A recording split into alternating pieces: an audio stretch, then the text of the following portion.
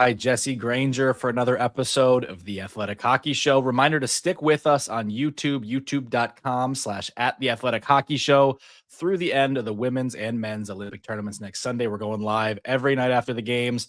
Obviously, you can also listen wherever you get your podcasts anytime. But Jesse, we are about 30 minutes removed from the end of the quarterfinal qualifiers here, I guess is what we'll go with for that. The first round of the knockout games, and it was chalk. We're getting the matchups that we expected, and frankly, the matchups that we wanted. It's going to be Canada, Czechia.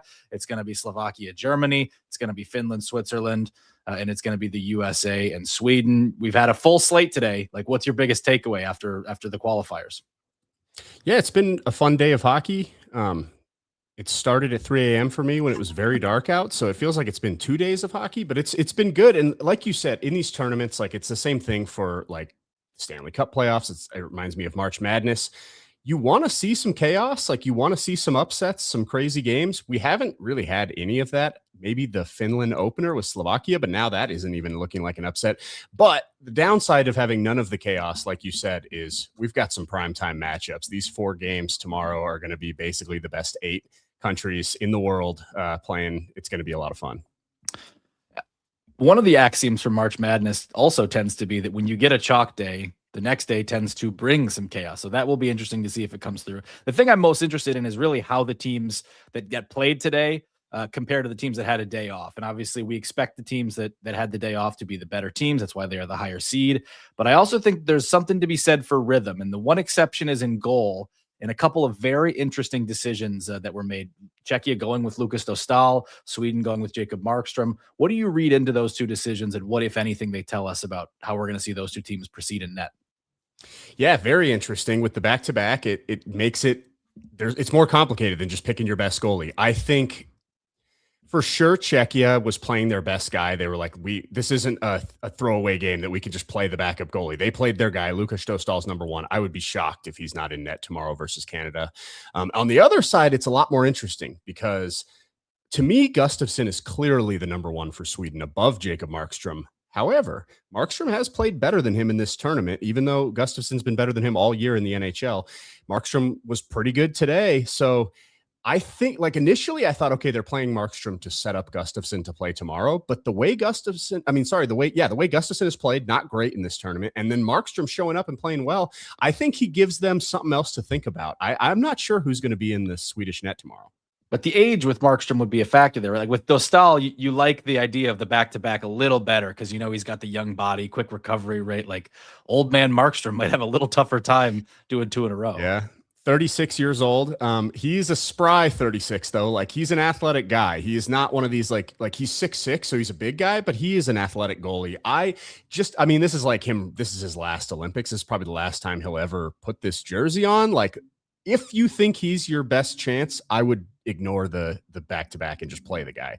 Personally, I would go Gustafsson if it was up to me, not because the back-to-back, I just like Philip Gustafsson more, but like I said, Markstrom has made a case to be the guy in this tournament. Yeah. All right. Well, let's bring in now Arpon Basu from Milan. Arpon, do we have you? I'm here, guys. What's going on? Good. It's great to have you. Obviously, a packed slate for you here, but I want to start on what's, I think, going to be one of the big stories going into tomorrow, or the big story, obviously. Czechia, Canada. And we were just talking about the goaltending situation with Dostal playing today for Czechia, but you've seen the Czechs play at this tournament. It doesn't quite feel like they've risen to the level that we expected coming into this tournament. I think, Jesse had him picked as the bronze pick for him. Maybe haven't seen it yet, but that doesn't mean that they don't have it in them. No, not at all. And Marty Necas made a funny actually both Marty Necas and Thomas Hertl made the same joke that they let Canada win the first game because they knew they couldn't beat them twice in a row. So obviously that's something going around the room with Czechia, but they are, I guess, rounding. I mean, it wasn't a very convincing win against Denmark today, but they got it. It seemed businesslike. Yeah, like they were kind of wanted to keep something in the tank for the big test tomorrow. So I also was intrigued. I was hearing you guys talk, but I was also interested to see that Dostal started today, just because they have excellent options behind him. But it also makes me wonder if he's going to play tomorrow. Like they do have very good options behind him. So in Vejmelka and Vladar, obviously. So So yeah, I think that's going to be an intriguing decision. But the one thing that we're kind of waiting for is, and definitely the Czech people are waiting for, is for David Pastrnak to kind of put his stamp on this tournament. He's had some flashes, but I really think he feels a lot of the weight of his country's hopes and the fact that there is a medal possibility for them there, but now they've run into this monster in Canada. So I'm not going to lie, I don't give him much of a chance tomorrow, but we have not seen the best version of David Pastrnak yet. And if he could bring that tomorrow, that would obviously help their chances a great deal. Yeah, that's kind of what I was going to ask you about was Pastrnak, and I'll lump Hurdle in there as well. I watch Hurdle every day here in Vegas. He's been pretty invisible for me in this tournament, and for a team like Czechia that doesn't have a roster full of NHL players, like they really need their studs to be awesome. Like I guess you've been watching them up close. Like what do you don't give him much of a chance of winning. What do you think the odds are that we see Hurdle and Pastrnak make a difference tomorrow and finally show up for him? Well, I mean, it would be time to do it. I mean, it's now or never kind of for them, and pretty big blow for them actually. Like Radek Faksa, they lost Faksa today, and so he's not going to play tomorrow. So that's one other NHL guy down, and like a pretty important one in terms of a two-way centerman who you can put up against, McDavid or Crosby or whatever, and have a chance of slowing them down. So that's a big loss for this team, because it really I know you guys don't know about the CFL, but like this, sorry, I'm going off on a tangent here, but like the CFL has, limits on how many foreign players they can have on each team. So really the teams that have the best Canadians wind up getting that edge. And in this tournament, these like half NHL, half European League teams, it's really the teams that get the most out of their European League guys that get an edge. And I think that's a big reason you've seen Slovakia have success. Their European League guys have played good big roles and played well. And so I think Czechia needs some of that too to come out ahead against Canada. They're really going to need their depth players who don't play in the NHL to somehow manage to counter the incredible depth of Canada, where you have first line players on your fourth line. And so that's going to be a big challenge for them. But they did get Jan Ruda back today, he'd been out since Nathan McKinnon very dirtily cross-checked him in the ribs. And so that's a big plus for them as well. It seems like the recipe for an upset in these international tilts where you got a heavy favorite on one side and a good, but certainly underdog team on the other side tends to include a few key factors. Got to have great goaltending, non-negotiable. Probably have to get like a major penalty power play or multiple power plays and chance to let your stars cook. But the reason that I'm the most kind of wary of this working out for Czechia is because among their stars, Canada has a line that I think can neutralize anyone in the tournament. And it's not the line that we talked about yesterday that featured Connor McDavid, Nathan McKinnon, and Macklin Celebrini. It's the Sidney Crosby, Mark Stone, Mitch Marner line. 3 elite two-way forwards. They can all score, obviously. They can hem you in your zone all day long. But it's also a line full of players that is not going to give you much room and certainly is going to embrace, I think, the matchup that I fully expect them to get against Pastrnak. Yeah. Pretty good shutdown line. I mean, you're dealing it's just an embarrassment of riches, obviously. And really, the one thing that doesn't get talked about a whole lot when they go to the super line is it leaves you with a line of Nick Suzuki. Sorry, I'm just getting in the van with the guys here. Pierre LeBrun, Mark Lazarus, and Mike Russo all in the van getting out of the rink. Welcome to the show, fellas. Welcome to the show, guys. So, but yeah, obviously that line's been incredible. It's the only line that hasn't been touched. But when they do go to the super line, they wind up with a line of Tom Wilson, Nick Suzuki, and Brandon Hagel, which could be an excellent shutdown line as well.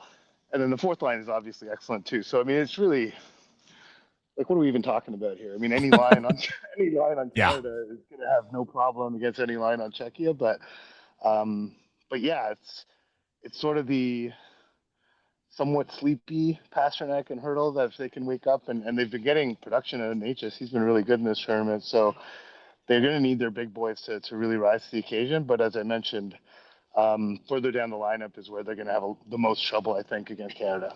Yeah. All right. So because of the reseeding format of this, they will reseed after the quarterfinals for the semifinals. Let's say Canada wins. We don't know for sure who their opponent, which matchup their opponent is going to come from. Could be if Germany beats Slovakia, and obviously everything's conditional on the U.S. beating Sweden as well. These can go a lot of different directions. But I do think that the Finland-Switzerland game tomorrow, even not knowing who the winner will face, is a really interesting one because the Swiss have been one of the upstart teams of this tournament. The Finns are kind of that every single international tournament. You know they're going to be right there to the end. They are very hard to score on, especially once they have a lead. I just wanted to get your thoughts on what you've seen from both of those two groups so far through this tournament. We obviously we only saw the Swiss today. We didn't get to see the Finns today. But your thoughts of both Finland and Switzerland and how they match up together. Well, they have a similar sort of vibe going on each team. Is that Finland, these guys all grow up playing a certain brand of hockey, and whenever they get together with the national team, they just know how to play that brand of hockey together. And there's just a lot of affinity between them, and it's not very difficult for that team in any international tournament to find chemistry because most of them have played together at some point in their lives, and there's a clearly identifiable identity to their team. They know what it is and they know how they have to play. And I think they've given up 2 goals at 5-on-5 in this tournament, so it's not really they're playing to that identity. The Swiss are similar in the sense that they've been to the World Championship final each of the last 2 years, and it's the same mix of guys more or less that have gone. I think it's Yossi's been there both years. Hischier plays for the national team often. I don't think Meyer's been there for a while, but anyhow, it's what I was talking about before, where you need to get more out of your domestic league guys. I really feel on Switzerland, their Swiss league guys are better than other teams' domestic league players, and so they don't, we don't know these names. Dennis Malgin, who we're not sure if he'll be able to play tomorrow. He missed the game today and got hurt against Canada, but is a very good player and a former NHL player. Sven Andrighetto, former NHL player, but he's a star in Switzerland. And the level of play in that Swiss league is very, very high. It's the most desirable place to play in Europe, arguably. So, they get a lot of foreign players. And so the quality of competition in that league is higher than usual. And so, so the Swiss have kind of the same sort of vibe going on with, a known identity, familiarity with each other, having played together at World Championships and had success the last 2 years. That's their advantage. That's how, one of their forwards mentioned to me earlier, his name's escaping me now, so that's kind of embarrassing, but he's a Swiss league guy, and he's like, that's our secret sauce, is that we have sort of baked in chemistry already with a lot of these guys, even though they play in the NHL and he plays in Switzerland. There's a lot of familiarity there. So I think that's the similarity between the two. Finland's been outstanding in this tournament. Obviously, the win against Sweden was huge. And so I'd be mildly surprised if Switzerland won, but Switzerland was my pick to win bronze in this tournament. So I'll look pretty smart if they win the game tomorrow, but they're in pretty tough. The Finns are playing the way the Finns know how to play so far. UC Saros really seemed to find himself too. And Jesse, you could speak to that. Like after the first game, it was not as pretty, but he found himself as the tournament went on. He's been awesome. Yeah, I think he's been arguably, Giannoni for Switzerland is probably the only goalie who's been better than him in this tournament. Obviously, like statistic-wise, Hellebuck and Binnington are both up there. That's mostly the play in front of him. I think Saros and Giannoni are the two kind of carrying their teams the most.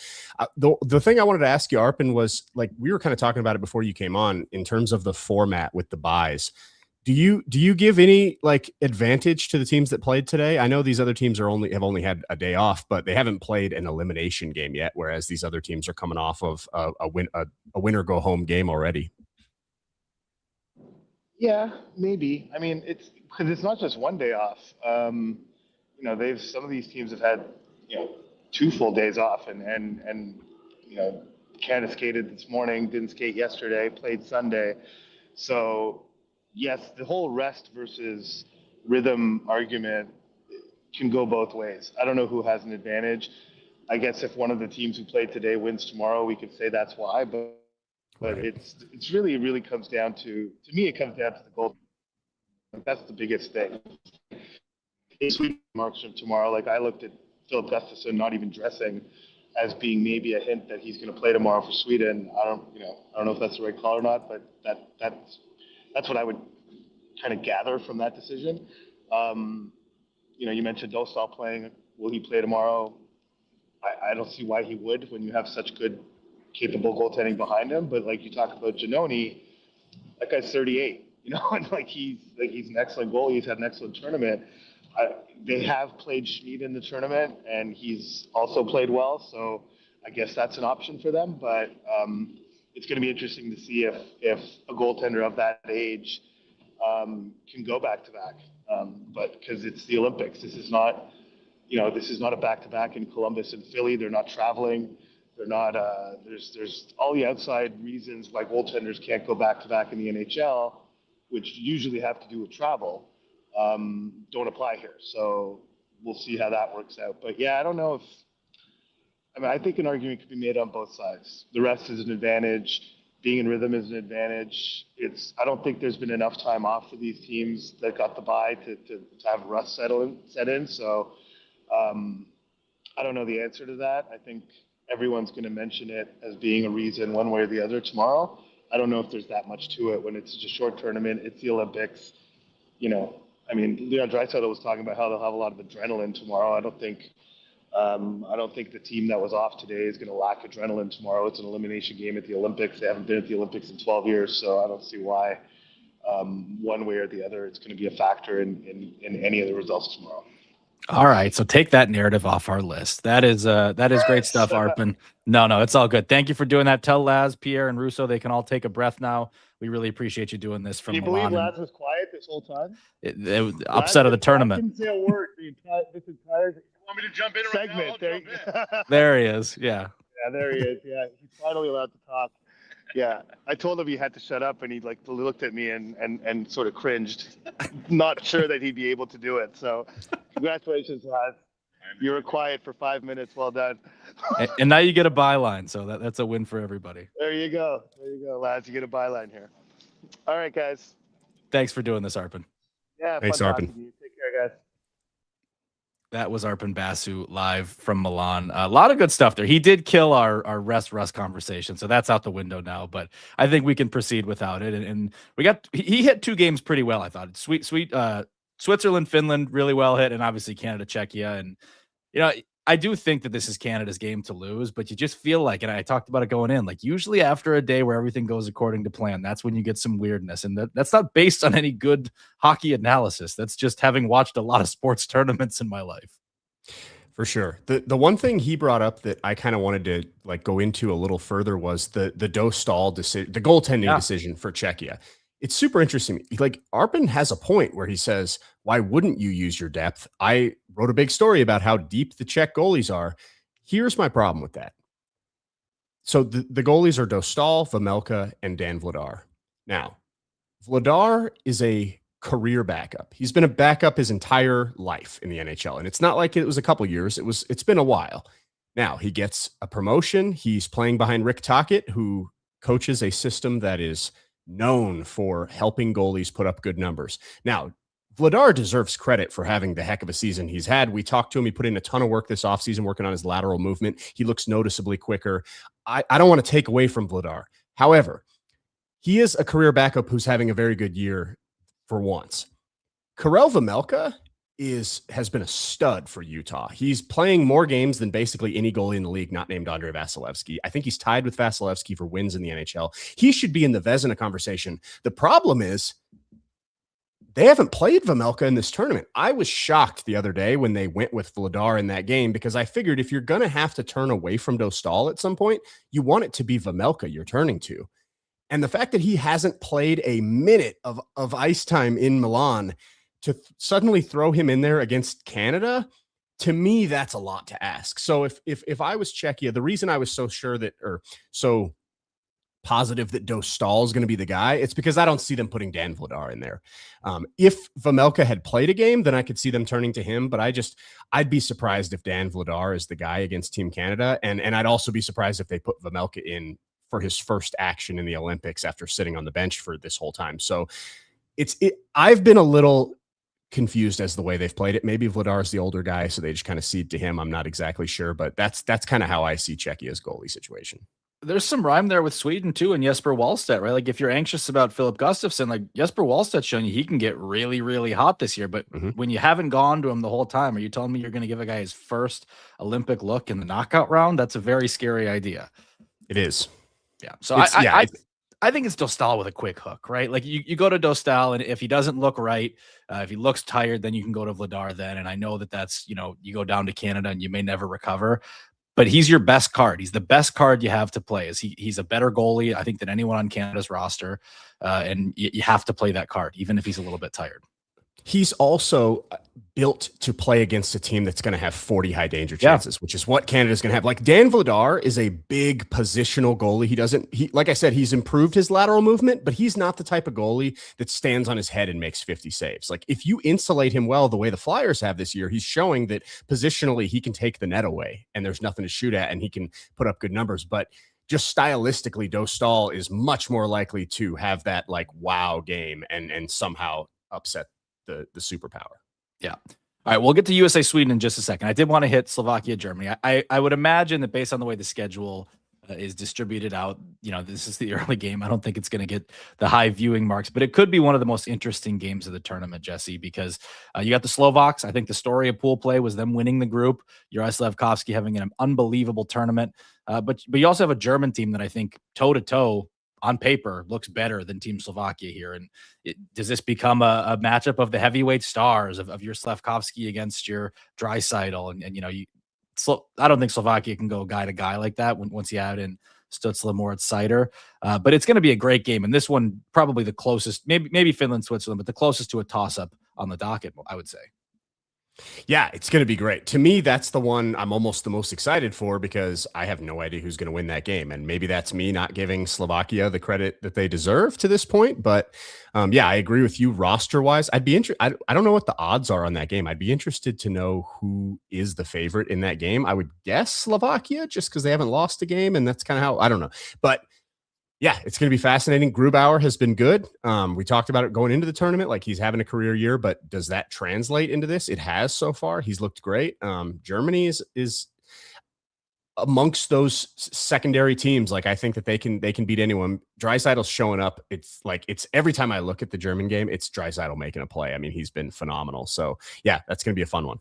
In this one, I think if you're Germany, you are putting Draisaitl on Slafkovsky as much as humanly possible. Now, Slovakia, as the high seed, should have some ability to avoid that matchup, but you're just doing whatever you can as Germany to get Draisaitl out there and Seider against Slafkovsky, and you try to take away their real true game breaker. They have other good players. There's no doubt about it. So, like Slovakia can sneak up on you, and here's this line from our producer Chris from BetMGM: Slovakia -115, Germany -105.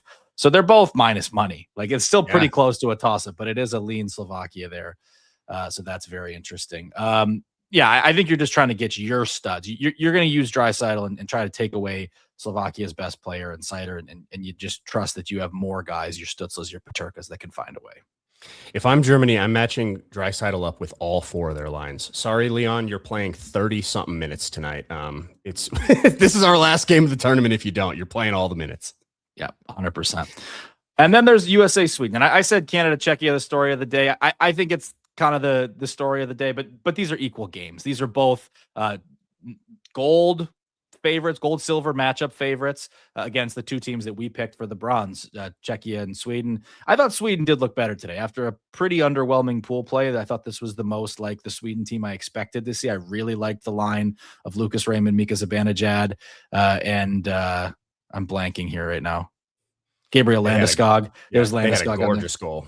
They did, and it's a great forecheck line, right? Like, and you kind of have a little bit of everything. Lucas Raymond, your playmaker; Zibanejad, your finisher; Landeskog, great two-way guy, get to the net.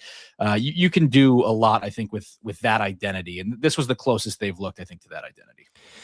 Yeah, I thought for the first half of the game, like the first period and then the first like 5 or 6 minutes of the second period, Sweden looked out of sort. Like they just like you can see, I mean, every time they send someone over the boards, the talent is there. Like it's all the names you recognize. They should be right there with Canada and the US in terms of just name and pure talent, but they weren't looking great until as that game went on. The second half of that game, they started slinging that puck around and the passing just kept getting better and better. And like I said, they scored a couple really nice goals. The first 2 goals they scored in the first period were just dumb luck off of guys. I mean, when you have the puck the whole time, you're going to get those. This is hockey, but Yep.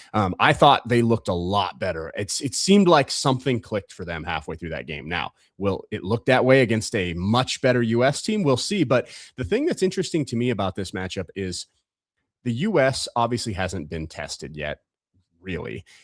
They really haven't been tested by another team's defensemen. I mean, they've played 3 games, and they have played 2 total NHL defensemen. They have faced 2 total NHL defensemen. You go from that to a blue line with Erik Karlsson, Victor Hedman, like they are Broberg, Dahlin, they are Ekman Larsson. They are stacked on the blue line. Sweden is, and they're defensemen that will make you pay if you're not paying attention to them. They like to activate into the play. So for me, that's the most interesting part of this matchup is how will the U.S. adapt to a blue line that looks drastically different from anything they've played yet in this tournament. I think what I keep coming back to, though, is that I think these 2 rosters were built in a very similar mold. They have the same strengths. They have the same questions. And I think USA is just a little bit of an upscaled version of what Sweden has. Sweden could win the game. There's no doubt Sweden could win the game. But I think when you look at position by position, a lot of rhyme in these 2 rosters, and you have to give the USA the slight edge in every single one of them. That's where I keep coming back to the United States. But if they don't come in, if they come in at all rusty, Sweden can take advantage. And if they're not on their A game, Sweden can take advantage. So it'll be a good game. Style match is like, I think the U.S. could be more vulnerable to a team that's not built as similarly as them. But if you go down, like this is the kind of team that can beat you with a lead. Well, right, with a lead. That's the part that concerns me. The U.S. has started slowly in every game so far. Like now they had all those goals taken off in the first game, but like still, like what excuses, whatever. The U.S. has started slowly in every game. Then you give them the day off while Sweden played. So maybe, I know Arpon killed that, but maybe that combined with the fact that the U.S. and like you said, these teams are so good defensively and they're so buttoned up that if you fall behind 1-0 in the first couple minutes, like all of a sudden, this is a mountain you've got to climb, and Sweden can sit back and force you to press the action and pinch more aggressively and take advantage in transition the other way. So the opening 5 minutes of this game, Connor Hellebuck's got to be a stud. But if I'm the U.S., that's what it's like. Look, we've got the best goalie in the world. If we have breakdowns early, if they're on us early, we need you to keep this game 0-0 until we find our game. And Hellebuck's been outstanding in this game. I talked about it the other day. I feel like that last game he played was the best. The game against Germany he finally looked like the Connor Hellebuck I've been wanting to see. So he's ready for it, and they're going to need him.